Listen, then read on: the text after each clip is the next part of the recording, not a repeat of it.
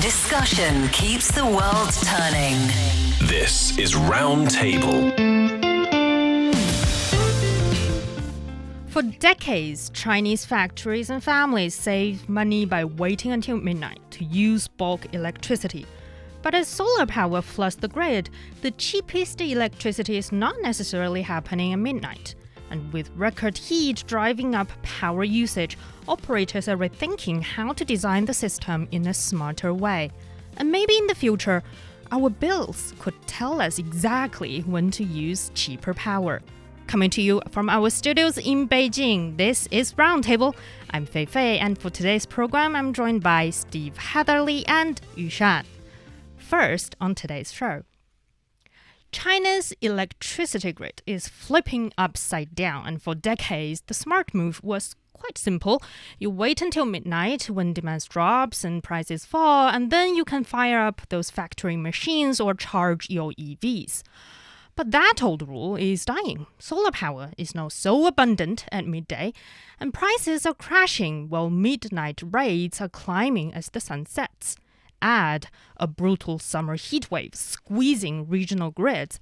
Operators are now hunting for smarter ways to balance supply and demand, so the entire system is being rewritten. And here is the question maybe for all of us. What is the smartest way for us to wisely redesign our use of electricity? And hello, Yushan and Steve in the studio. I think first of all, we can talk about what's happening very recently. It's about the electricity pricing in China is changing, right? Yeah, because recently China's top economic and energy regulators, they launched a major new round of electricity market reforms. But this isn't just another routine price adjustments as we've experienced quite often in the past decades.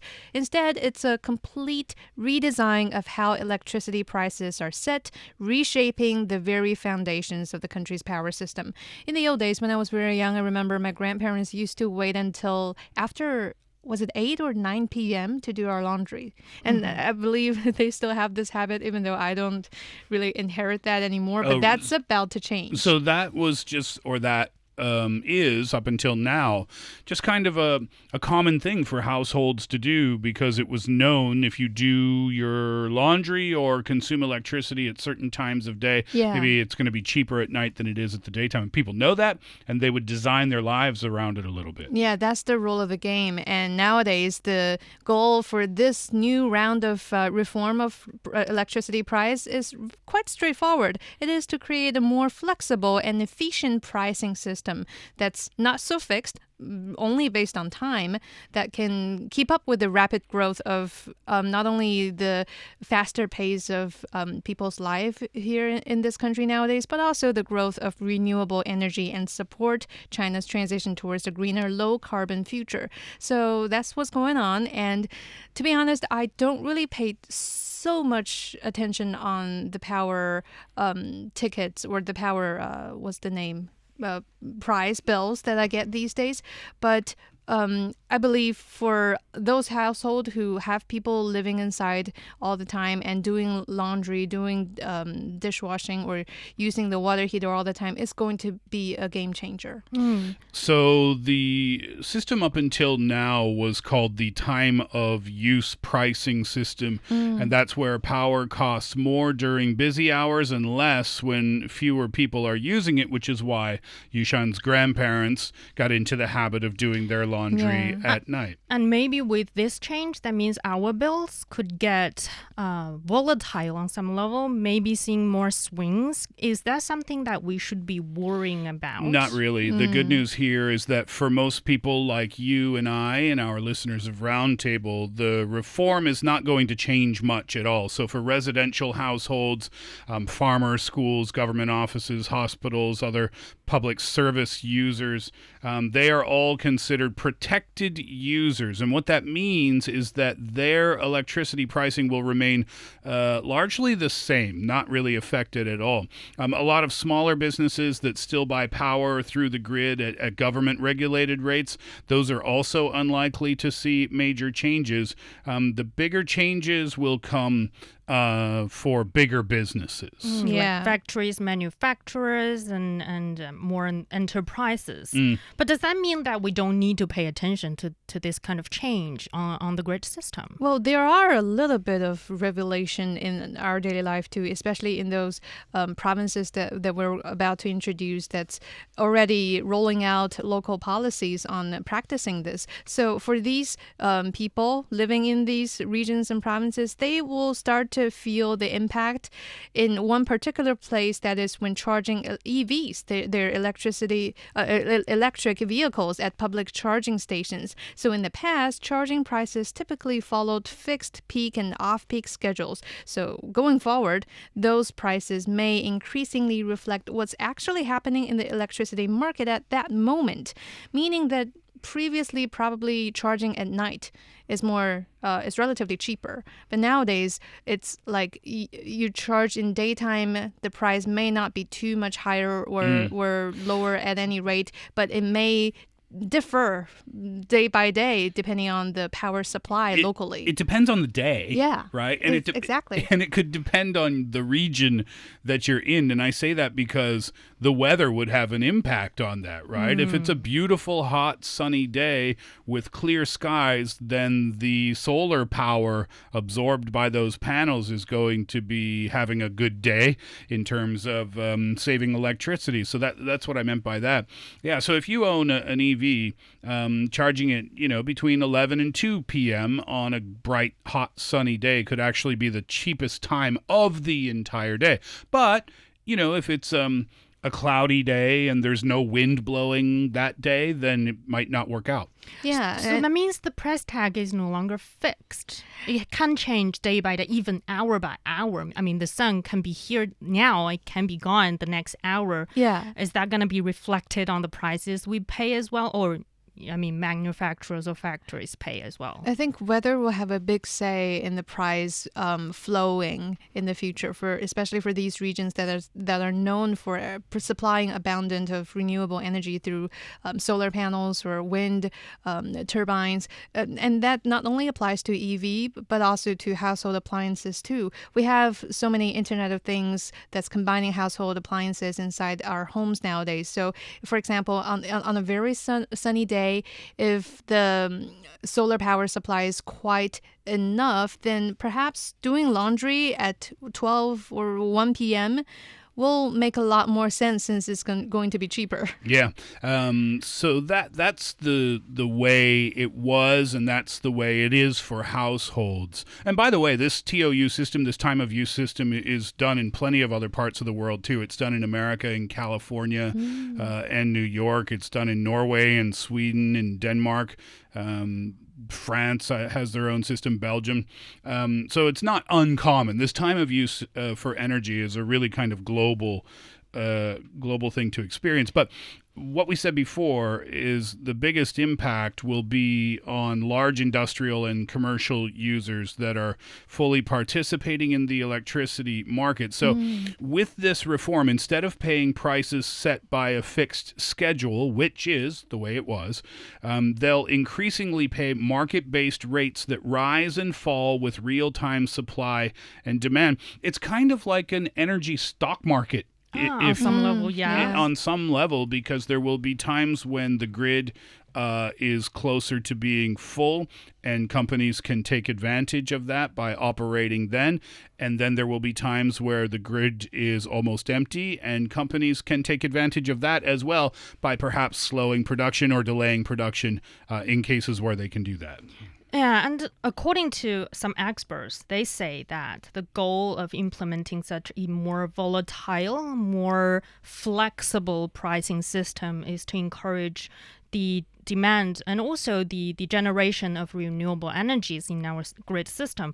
But that raises me another question, is that when it comes to the old system, the old time of use system where we pay, for example, less at midnight, we pay more if we decide to use more power at noon, it's been pretty good so far, and why do we need to change? I mean, when it comes to the pricing system of the electricity power system, it's so complicated, then why we need all the fuss to change that? Well, I would explain it like this, because we already said that this isn't really going to impact people too much on an individual level, right? Because if you're hearing about real-time electricity pricing and you think, well, okay, so it's really hot this afternoon, so wait, the government wants me to use my electricity now, so I can turn on my air conditioner now, but wait, I can't do it at other times of the day. So wait, I'm sitting here, it's 36 degrees outside. I have to think about that? No, not really. You don't have to be concerned about that at all. That's insane, by the way, and nobody's going to be forcing you to do that.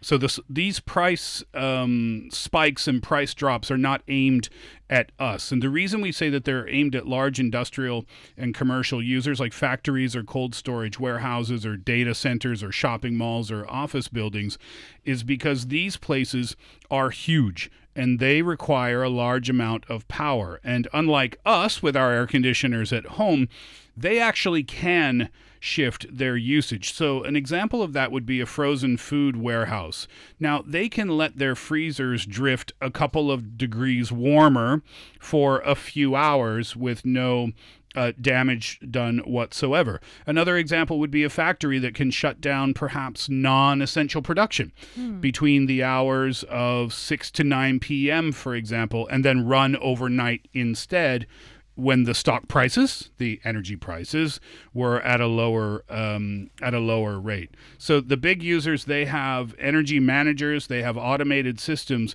So when they see a price spike, they can cut back. And that takes megawatts off of the grid. Megawatts meaning enough to keep the lights on for everyone else, for you and I, so we can comfortably run our air conditioners at home and not really worry about it too much. So maybe on some level, having a having a more flexible electricity pricing system can help us avoid problems like power shortage when everyone, factories, households, business, office, building are using electricity all at the same time. Yeah, 100%. The goal of this reform is not to save energy per se. It's not to save us money per se. It's to keep the grid from crashing while the country adds massive amounts of solar and wind power because the sun doesn't always shine, the wind doesn't always blow at 6 p.m. on a hot day or what have you. So therefore, sometimes something has to give. If you build a system, a factory shifting its schedule to make sure that the grid is always full or has enough energy, that's better for the country as a whole. And that brings more question, Yushan, actually. Why can't the older time of use system being able to do what Steve just described? Yeah, I was just about to mention that, this old system, the time of use electricity pricing, it was introduced here in China in the 1980s. And it was introduced and widely applied nationwide back then for a good reason, because that's when the coal and thermal power were dominating the energy market in China back then. And that is to ease pressure on the power grid too. Under that mechanism, regulators back then divide the day into peak, flat, and off-peak periods, and in some regions, ultra-peak hours, and set electricity cost for each based on expected consumption patterns. And that's been running quite well for several decades until nowadays in recent years, where the biggest downside of that system is shown especially in regions with abundant renewable energy, which is one of the a big direction that our country is pushing forward into as well, such as the northwestern Qinghai and the southwestern Yunnan province, also in southwestern Guizhou, where high solar intensity has spurred greater solar farm development and have larger electricity supplies. In these regions, the power supplied by just green energy and renewable energy has far succeeded, if not replaced, coal and thermal power once and for all. So if you still imagine people in Qinghai, they have abundance of renewable energy supplied electricity in daytime. And they're still charged following the old system of burning coal and thermal power, which they do not. That's unfair. And that also doesn't make economic sense. No, it doesn't, because solar energy, wind energy doesn't follow the clock. Right. When the sun is at its hottest, solar panels are working at full speed. They're pumping huge amounts of electricity into the grid, and sometimes there's so much power being generated that supply actually exceeds demand. Under the normal market rules, well, when something becomes abundant, the price would fall, right? You have an oversupply. That's just economics. You have an oversupply of something, then it's going to be cheaper. But under the old system, that's not the way it was, because around that time of day, maybe lunchtime or 1 p.m., 2 p.m. when the sun's at its hottest, that was still considered peak time, meaning electricity prices remained artificially high.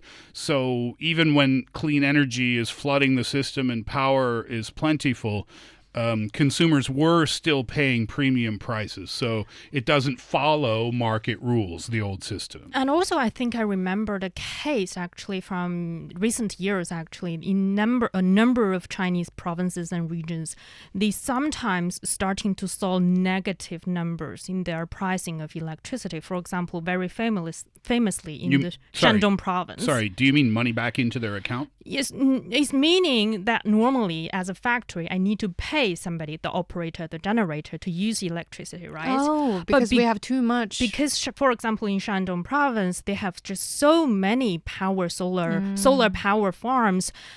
The generators have to pay somebody else to use the excessive electricity.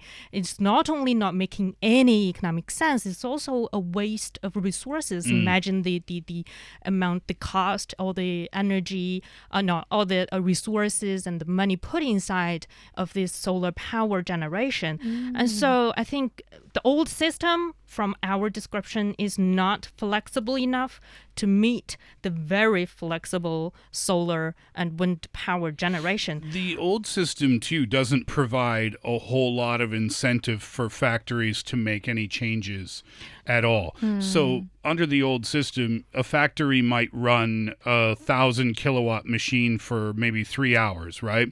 And if they shift from 6 p.m. to midnight, meaning if they run that machine at midnight instead of 6 p.m., they might save $300. Now, that might not be worth it to the company to save that $300, because they would have to disrupt their whole shift schedule. Yeah. They'd have to retrain workers. They'd also have to keep workers for maybe more workers for a different shift or timing, and they'd have to redo their logistics as well. And that would be fixed, right? The factories would know, okay, it's only gonna cost us $300 to operate during that specific peak period time. We can write that into our budget for the month or for the year.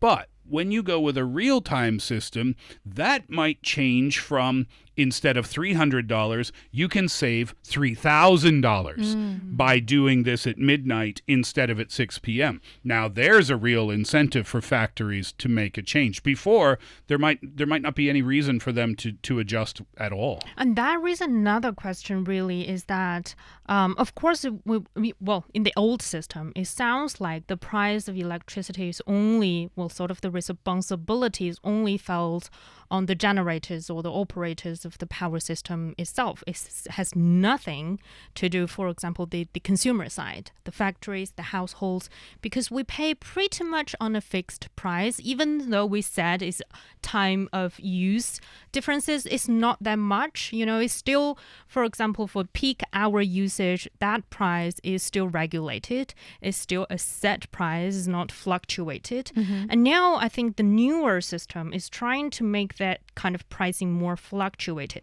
But I think it sounds more complicated than we just described. When it comes to communication of what kind of factory is needing in a great demand of power currently and which one are generating enough to power this factory, it's more complicated than that. So that would be more curious about how exactly would, for example, Chinese provinces and regions plan to make this transition to better connect the consumer and the supply and the demand on the power market. Yeah, it's really interesting because each province seemed to have their own policy rolling out as well, depending on their own situations and their own storage and supplying of renewable energy locally. So far, across China, 9 provincial level regions have announced plans to phase out fixed time of use pricing, including southwestern Guizhou, southern Hebei province, meaning the southern network in central China's Hebei province, and also in central China's Hubei, Shanxi, and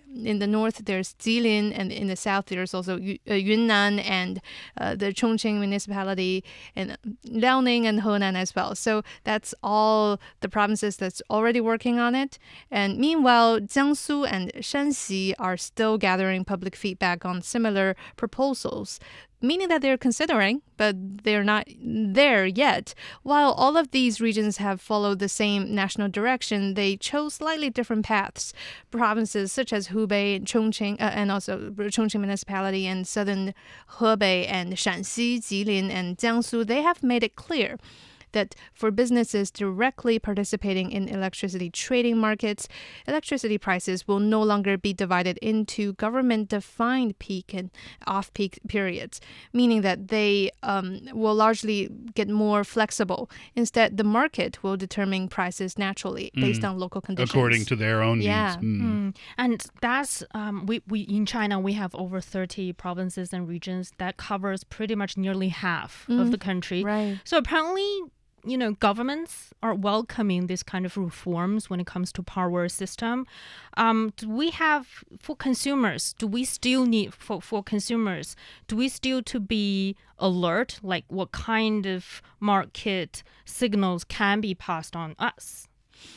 Market signals, that's a relatively bigger term, because when we talk about electricity market, it's part of the reason that this new system is more meaningful being pushed out nowadays, because the electricity market was first launched in 2017 and it was rolled out nationwide but just by last year, so not quite long ago. And the market allows allows electricity providers to bid and trade power in real time. You can think of it as a stock market. Was it, Steve, that you mentioned that it sounds like a stock market? That's how it works. And according to experts, this creates prices that are more accurately reflect on the real world supply and demand. So for day-to-day use, I wouldn't say that's a lot of differences unless you are part of that market in the sense that you are providing or either bidding for a lot of the supplies. The prices too are going to depend largely what's happening on the grid rather than what's written into a fixed schedule per month or per year or something like that. And it makes sense that different regions around China are adapting their own approach, because the weather around the country is very, very different from the south to the north, perhaps from the east to the west as well. So, yeah, based on the things that they deal with in terms of their own needs and their own renewable energy supply, then they'll figure it out. And so for a lot, especially for factories, manufacturers, I think on one side they need to be mindful about the price fluctuation. And I think it also posed new opportunities on the other hand, is that, for example, when we're thinking about buying for a factory, for a manufacturing, they can buy electricity from a certain generator, and then in the past it's on a fixed price, and sometimes you can negotiate with the generator itself. You can negotiate on whether you are buying on peak hour prices or off peak hour prices, but it's a set price. You sign a 1-year contract, and it's pretty clear how much money you are going to pay for this kind of for this amount of electricity. But now that number is no longer set anymore, and it sort of give them that room to negotiate with different generators from different regions of China. They can look across the country of which one is offering me my best prices. Yeah, and because it's kind of a snowball effect too, I think, because factories and large-scale businesses will have that level of flexibility and more options. To use the example of producing at 6 p.m. versus producing at midnight or 2 a.m., whereas with the old system, there was no incentive to do that because logistically speaking, it's very difficult for a company to rearrange everything, right? They have delivery schedules and things like that. But if it's financially worth it for them to do their production at 2 a.m., you might be looking at companies investing in automation or different types of production within their own factories. And that could be the unseen side of this story that maybe we can't even predict. Well, I guess that will be a company-to-company outcome, but still, you could see that happening too. And also that reminds me, in the past, we talked a lot about a lot of renewable energies, for example, produced on the western part of China that cannot be used on the spot because the western regions have less populations, have less manufacturing bases, and if they're producing a lot of solar powers right now, doesn't mean the eastern side of the country will going to be using all of them on the spot. And so that is not sort of discouraging a lot of market players when it comes to this renewable energy. They don't see why I still need to keep investing into, for example, solar farms or wind farms when the product I produce are not selling anywhere. And I don't have sellers. It's that this kind of product cannot be shipped to the buyers themselves. Isn't that when a lot of the major players, such as, I remember the one we went to in Guizhou is called China Mobile and several others, tech companies, they actually start to build digital centers in Guizhou, in Qinghai, in the western part of China, so that orders from the eastern part of the country can be sent to these digital center and get processed there because they have better and more abundant power supply. Hydropower, yeah. But that takes time, Yeah. It's not something you can build overnight. It takes about a few years. When we were visiting that data center in Guizhou, they're still building more facilities as we speak. So it took them more than a couple of years to finish that construction. And I don't think many projects or many investors have the patience or the resources the luxury to wait, 5 or 10 years to see whether the sellers and buyers can be connected. But now with this kind of pricing system, when we have more platforms built, then we can have, when B2B, business to business, they can start negotiating price. They have more flexibility when it comes to lower prices and profitability, both on the generator side and also for the demander side. But another question would be, does that mean it has nothing to do with us? I mean, we're only talking about business so far. No, I think it does have something to do with us in terms of practicality. I was thinking about this, and it's kind of a rescheduling of our own lives in a way. And I just wonder if that's going to be convenient for people. Let's use the charging your EV, for example. Okay, well, the solar panels are filled up. They've been working hard since the morning time. It's a sunny day, and electricity is cheap at lunchtime or 1 p.m. It's the best time of day to go charge your EV. Well, that's great. The problem is you're at the office. So what does that mean? You have to go out at lunchtime and in a meeting, sorry, boss. Yeah. Have to go downstairs. And charge your car because it's the cheapest time of day to go do that. Well, that means that the incentive has to be big enough for people to make that inconvenient step in their day. If it's only going to cost a few yuan difference to do it at noon when it's cheapest versus after work at 6:30 p.m., it might not be enough of an incentive for people to make that change.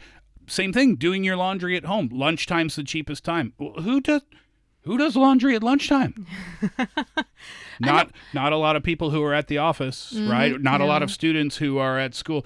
So you see where I'm going with this, right? And that's another, I think, bottleneck when it comes to, making this system on a scale, is that, especially on consumer side, on individual household side, it's very difficult to connect everybody together. It's not like, thinking about the stock market, having thousands, millions of companies listed on that market, having different markets in London, in the US, in Hong Kong, in Singapore, and so on and so forth, that requires a lot of connectivity. And for power system, or at least we don't have that now, not thinking about cross borders with another country, even for example, right now, do you know the price of Beijing's electricity? What is the picture when it comes to the supply side? What is the picture when it comes to the demand side? It's very unknown to most of us. So is there methods, technology out there that can help us to build up this connectivity so that maybe in the future for us consumers, this kind of a very flexible pricing system can translate into our bills?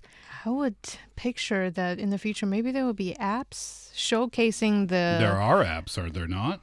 on-time electricity price for this particular region. Yes, I think in the UK, isn't it? They have a very similar either platform or technology available to better connect households and businesses and power generators, power distributors. Yeah, this issue is a big one in England right now. They could be soon getting free or at least heavily discounted electricity just for doing things like their laundry or doing their dishes, meaning running their dishwasher, on sunny weekends. That's very specific, isn't it? A sunny weekend. This is all part of an update to the demand flexibility scheme. Same thing we're talking about here in China. And it's now rewarding people for increasing their power usage at specific times during the day or during the week. So this is how this works. So in England, the National Energy System Operator, they monitor the grid and then they identify times when there's an excess supply of energy, like a breezy day or like a sunny day. Then they signal participating energy companies, so that that's the one step down, right? The national operator to energy companies that are part of the program.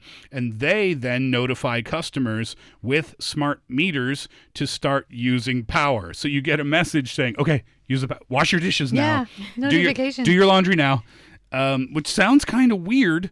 But at the same time, the goal is to incentivize people to take this step. The rewards themselves, it's not a one-size-fits-all system. It depends on where you are in the country. You might get half-price rates in one area. You might get credits for free power in another area, or points that you can maybe swap for gift cards, something like that.